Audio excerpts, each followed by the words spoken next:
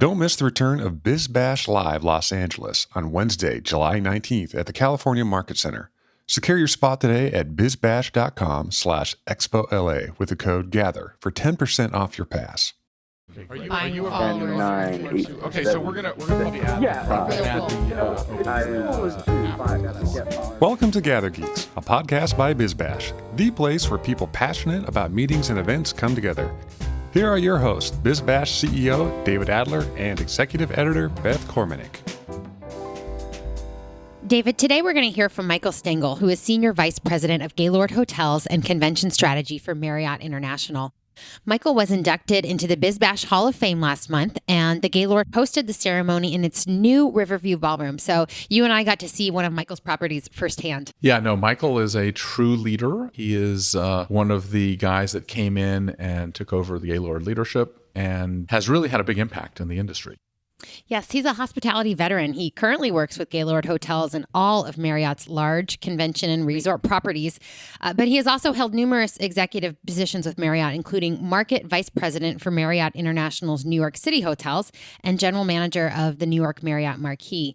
But that doesn't tell the whole story. And I know you know this as well. His service to the industry includes working on the board of directors of the Jacob K. Javits Convention Center in New York, the executive board of directors of the New York City's Convention and Visitors Bureau, and as chairman of the Times Square Alliance. And David, you first got to know him in the aftermath of the attacks on September 11th, 2001, when hospitality and event industries came together to devise a plan to bring tourism and meetings and conventions back to New York City. Yeah, that was a tragic moment. It was an amazing bonding experience for everybody that was involved to realize the importance of our industry and the importance of being leaders. And I think Mike talks a lot about that aspect of being active in the community. Exactly. Yes, there are times to step up, and that was definitely one of them, but he's continued that service and leadership. So we recorded live from the Gaylord before our event, and Michael shared his insights on new trends in meeting and convention venue design, what's happening with lead times for big conferences and conventions, and more. So let's take a listen. Welcome to GatherGeeks, and thanks for hosting us today on location. Okay, we're glad to have you here in Washington, D.C. Yeah, the famous Gaylord. I mean, I was at the property before anything was here. Oh, is that right? And when it was with the hard built? hats, and to see the vision come true is kind of remarkable. Well, one of the things we used here, when we went to go build the Gaylord in Colorado, we used a picture of National Harbor before it was built. It was all woods here and nothing, right? And then we show the bank what National Harbor looks like today. And, that's what one of these things does for the community. It drives an economic engine into the community that wasn't there before. It gives the community its own convention center, and around it is all shops and restaurants and apartments. And, this has become a city in National Harbor.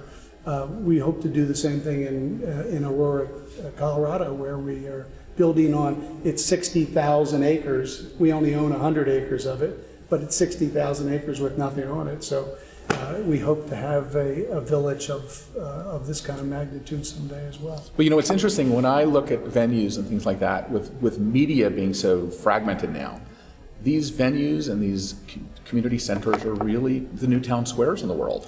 Oh, absolutely. And, I think that it takes partnership with the community. It takes partnership with the local government to make it work. And, Gaylord's model is always in a secondary location. We're not in Washington, D.C., we're in National Harbor.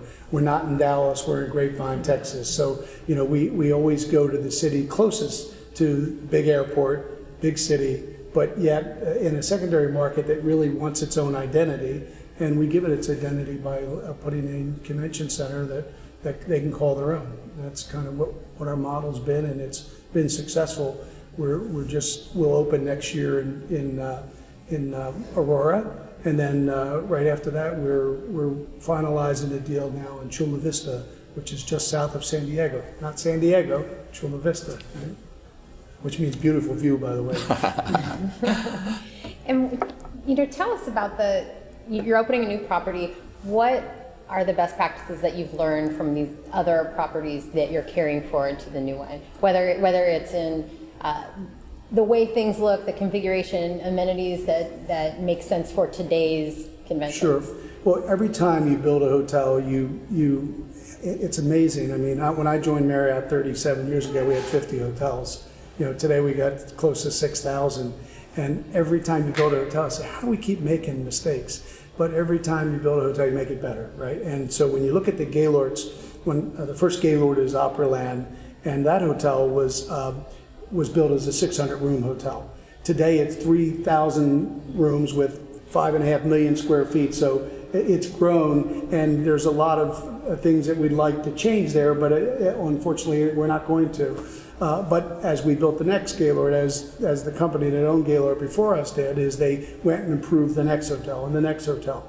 And so this was the last Gaylord that was built by Ryman, and this is much taller, much more compact, easier walking distances from one place to another, and the way the meeting space is laid out. This is probably the best built convention center in America, this one here. And we've taken the learnings from all of these hotels and we've incorporated them into the Rockies. I'll give you a couple examples. One is these hotels were 85% group houses, right? So there are days that you don't need a front desk.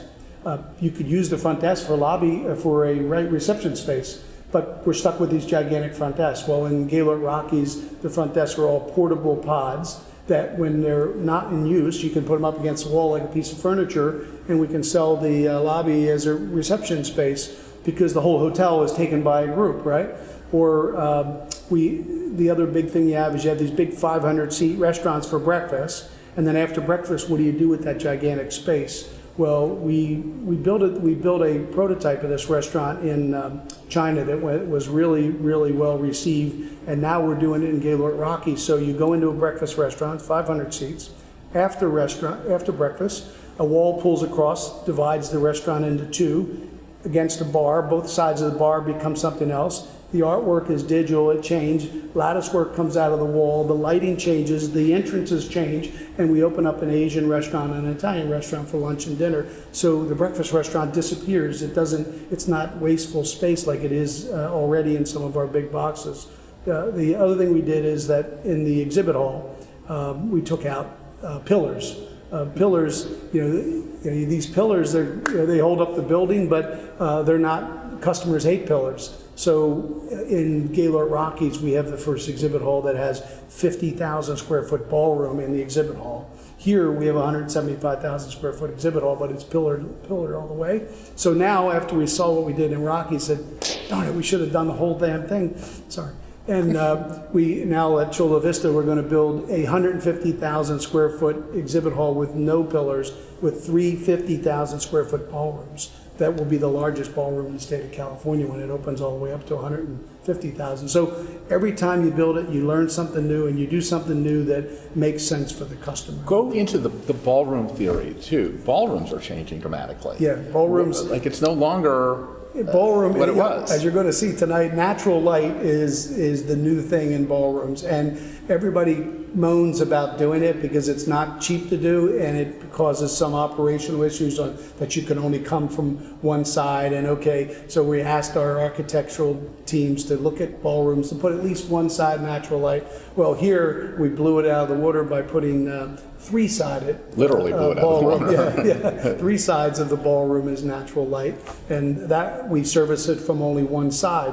For the customer, it's fabulous. For us, it makes it a little bit more difficult, but it becomes a venue that is more special than just your average ballroom. So we're beginning to bring more natural light into ballrooms, more natural light into meeting space, and really open up. And the other part is trying to do outdoor space to adjoin the ballroom. So in Rockies, we built 3 outdoor lawns with electric and everything in the ground. So you can do outdoor events when the weather's right and come into the ballroom for the event. So trying to bring the outside into the building, and we've been doing a lot of that lately too. Do you see the organizers are changing dramatically too?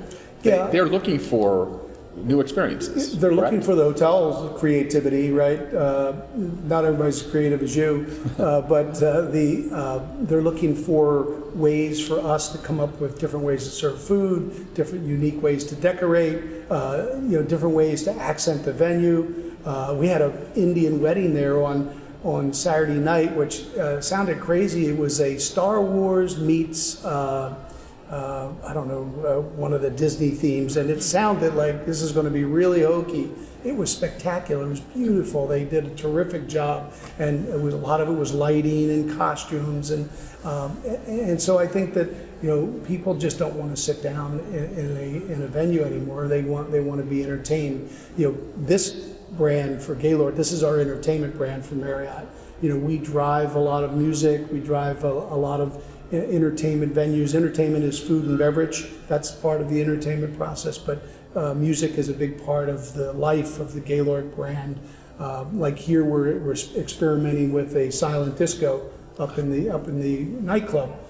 People want to be able to talk to each other in these places, and typically when you go in, the last word you said was on the way in. That's right? My biggest pet peeve. Yeah. I can't hear anything. But here now, what's cool about it is you can have 3 different DJs playing 3 different kinds of music. You go over and pick the headphones of the kind of music you want, and it's crazy to watch 3 different people dancing to 3 different, one person's slow dancing, one person's fast dancing, and so it's a fun, people interactive business and you don't get noise complaints. Right. So how did you change the culture? This is a hotel with systems. It's you're running a city. Yeah. How do you make it so you give people the creativity and the structure? Well, Gaylord had a pretty strong culture when we acquired the company 5 years ago, and their culture really matched Marriott's very well. It was, our philosophy of taking care of people, and if we take good care of our people, they'll take care of the customers, and the customers will come back. They said the same thing, they just did it in different words. And so we've perpetuated that service strategy throughout this brand as more of the entertainment fun. We're putting on a show. We're making memories for meetings, and we want people to come back and feel like this was a very successful. I spent my money well at that event. As far as the entertainment side, when you get into November and December, you talk about or summertime. We do our Summer Fest at all these hotels, which really drives a lot of families on the weekends. But in the fall, we do 60% of our transient business all year in November, December, because we do that gigantic ice show where we bring artisans from China that come here and carve the show. Last year, I think Charlie Brown was one of the themes last year, and they carved the entire story of Charlie Brown. I saw it. You come with your family, and it's sensational, and it's become an event that people have to come every year. They bring their grandparents and their children, and so that's part of the entertainment process. Is everyone gets into the. We also have departments in these hotels that we don't have in other hotels. We have a salesperson in security. We have a salesperson in IT. Those are not normal, but loss prevention sales of selling security services to groups is important. We have a special events department. We have a marketing. We separate marketing from sales in Gaylord. We have a marketing department. We have our own internal public relations on each property that generates stories about what we do, not only in the hotel, but what we do in the communities, because you can't exist in these hotels can't exist without being a big part of the success of the communities. So go back to the success of the community. We worked together when you were at the New York Marriott Marquis, and it was like operating a city, but in the middle of 9/11.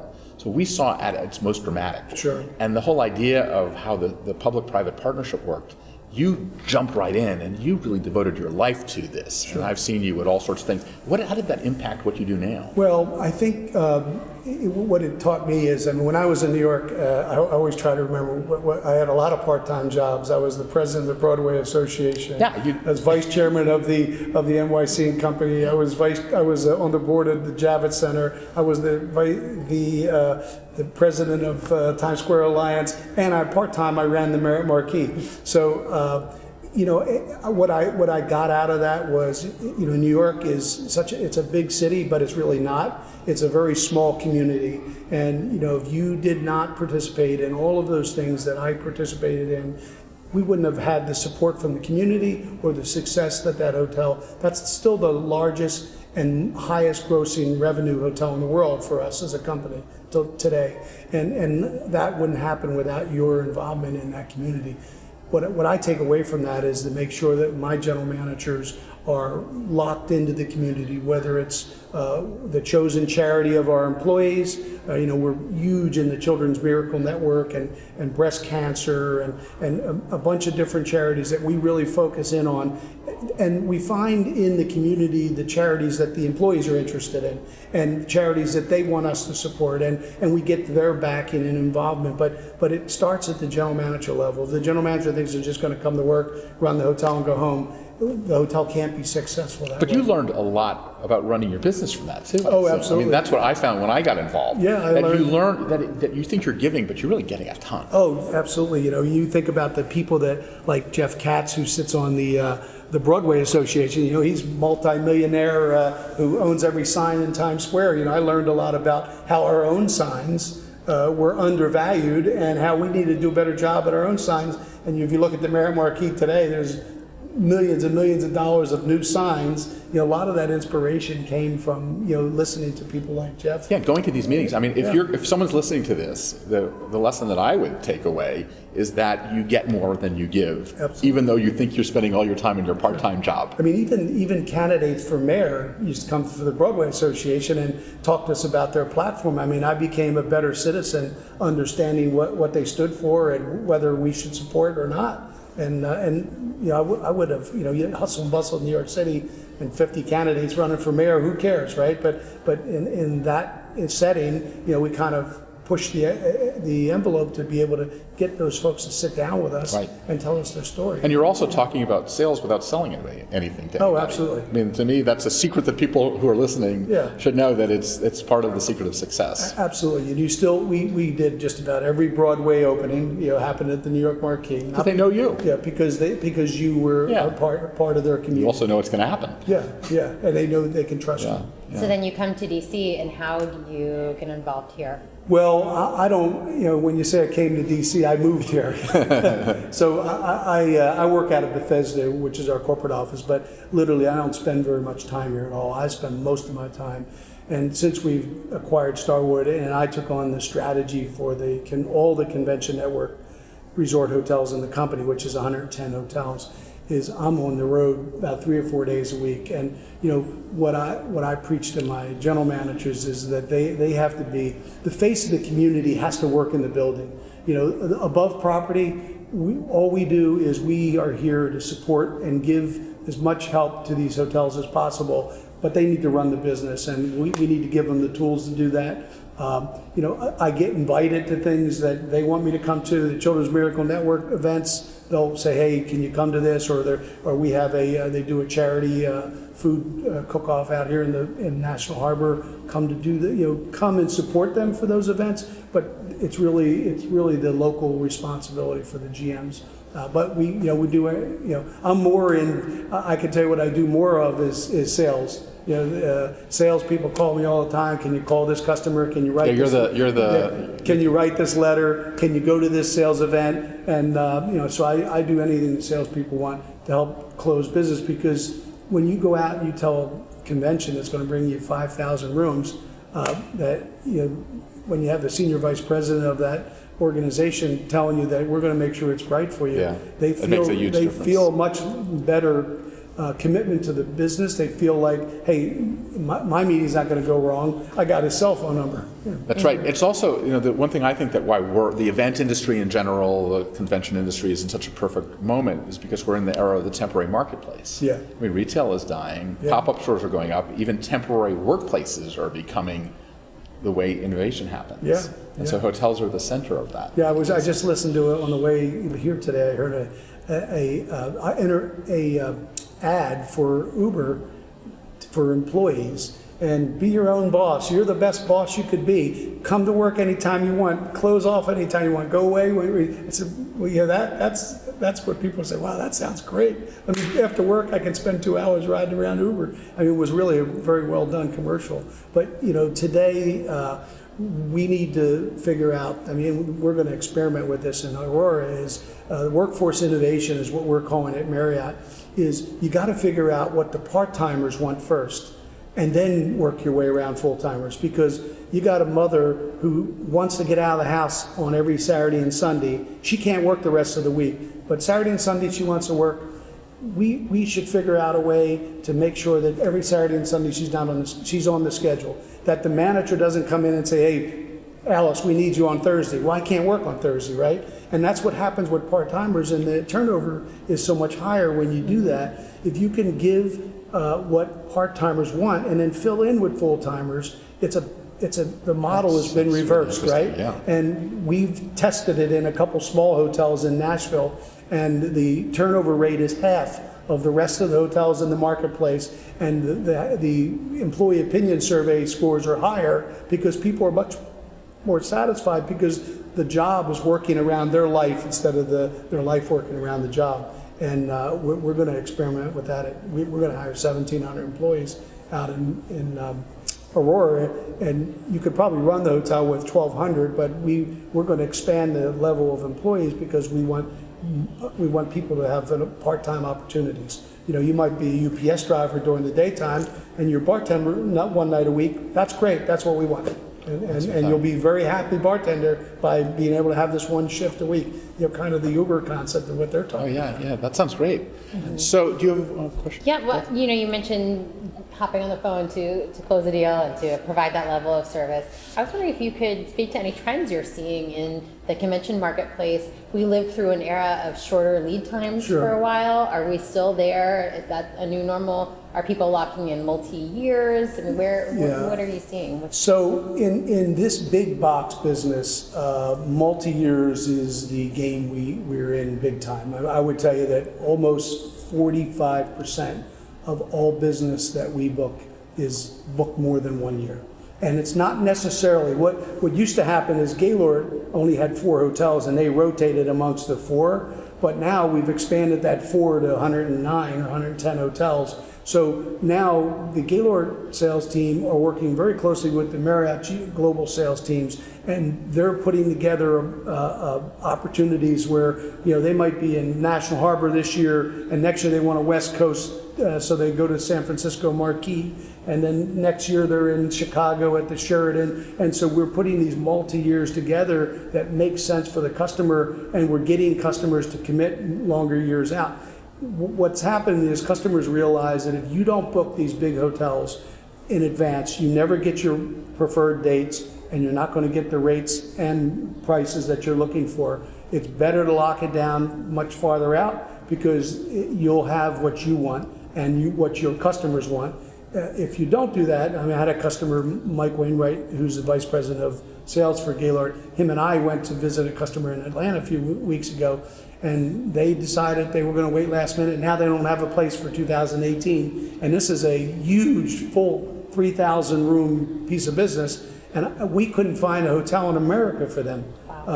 And so they're going to, and associations, if they don't meet, they die. Yeah. Because that's where they get all their money from. So now they're in trouble, and we're going to have to figure out a way to help that customer, because now their lesson's been learned, and now they're booking 19, 20, 21, 22, 23, so they don't have this problem again. They made a mistake. I heard from sources that the inventory is changing dramatically, that people aren't building the old-fashioned style hotels. So where do you see the trend in that? Well, when you look at 40% of 1,000-room hotels, I believe, in the United States are Marriott hotels or Sheratons or Gaylords. We have a large amount of the big boxes. Not many people are building, like right now we just built the Houston Marquis, just opened. The year before that was Austin, JW Marriott, big 1,000-room hotel. A couple weeks from now we open the new Chicago Marquis.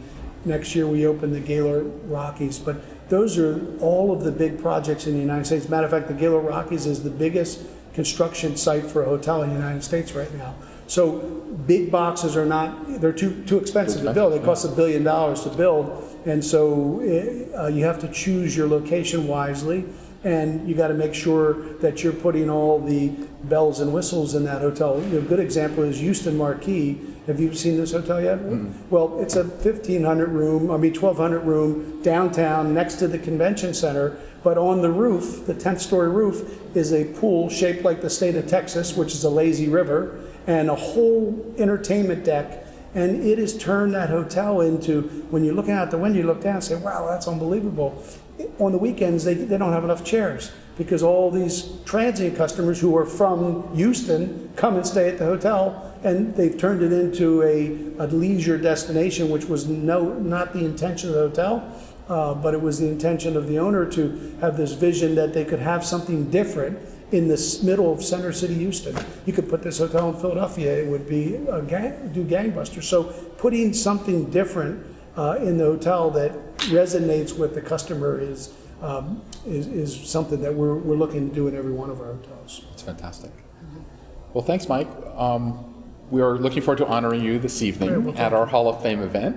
And you have been a role model to me, for sure, and and what you did in New York as a corporate citizen is something that I think you should be proud of, and I'm certainly proud that you were there. Yeah, well, it was, I tell everybody that the best times you learn in this business is the worst times in business, right? Yeah. And 9/11, we basically that day we thought we were out of business, and so we hurried up. Eileen James was our training manager. I sent her to the store to buy 300 copies of Who Moved My Cheese, and give that book out to every manager. It was a funny, cute little book, but the fact is that our cheese was gone. Yeah. And so within a few days, by turning we lost 3 hotels downtown, one of them permanently, turning the financial center Marriott into a place of refuge for the workers and feeding them every day for a year, and then turning the Marquee into office space. And the teams, it was amazing to watch people think outside the box and change the way we did business and keep us alive and keep people working. Our goal was not to lay off employees, and it was a great learning experience. I think going through something like that, you can go through just about anything. And I was very proud when I met you when they opened the World Trade Center Park. I think we were both volunteering for stuff. That's right. And it's just fantastic having such a fantastic sort of involvement in our communities, no matter where you are. So I even moved downtown after 9/11, so I could watch them build the tower. Yeah, it's fantastic. And Mike, our listeners, they would like to know how to reach you. How can they reach you? On Twitter? I'm on Twitter, and I'm on Instagram. Instagram's probably better, more of a business solution. Twitter, I follow. I look at. I'm following all these food people. I follow Emerald. I follow Joe Leone from Point Pleasant, New Jersey, is this Italian chef who has a great Italian story. He's always putting food recipes, and so I do a lot on Twitter with food. But and Instagram, I look at pictures of food. But LinkedIn is something that I use mostly. Okay. Fantastic. Thanks so much. So, David, we just heard that the work that you and Michael and others did following September 11th turned out to be so vital. Yeah, no, it really bonded the community, as I said earlier. And you can see in what he has talked about how important it was to him and how he now judges sort of the world based on being part of a community. Right. It wasn't just about getting the business back. It was about personal development and how to treat people and a real holistic experience. Yeah, and I think that he epitomizes the values of Marriott. That's what they're trying to do, and that's what they're trying to do with Gaylord culture as well. It's also interesting to see how much he knows about the design and how the impact of design is on the entire industry, because they're such a behemoth in what we're doing in terms of the conferences, especially the ones that Gaylord does from an architectural point of view in terms of their conference centers. Right. Venue design is constantly evolving. You may be a big box, but your big box has to change. Absolutely. Yeah. So Beth, what's going on at BizBash? Well, I wanted to let all of our listeners know that they still have time to join us at BizBash Live in Los Angeles. We are so excited about this education program we've assembled, as well as the opportunities for people to network and make new connections with each other and with us. So find out more and register on our website now. So thanks to our listeners for joining us. And until next week, David, gather on. Yes, let's gather on. Thanks for listening to today's episode. If you like what you're hearing, be sure to subscribe to the podcast on iTunes or your favorite podcast app. We can be found on iTunes, Stitcher, SoundCloud, Player FM, Google Play, and Pocket Cast. Be sure to leave us a rating and review. It helps others discover the GatherGeeks podcast. We'd also love to hear from you. You can leave feedback on Twitter at GatherGeeks or leave us an email, GatherGeeks at BizBash.com. We hope you'll join us again for the next episode of Gather Geeks. Until then, gather on. Don't forget to register for BizBash Live Los Angeles on July 19th at the California Market Center. Join nearly 1,500 fellow event pros at the must-attend event of the year. Secure your spot today at bizbash.com/ExpoLA with code GATHER for 10% off your pass.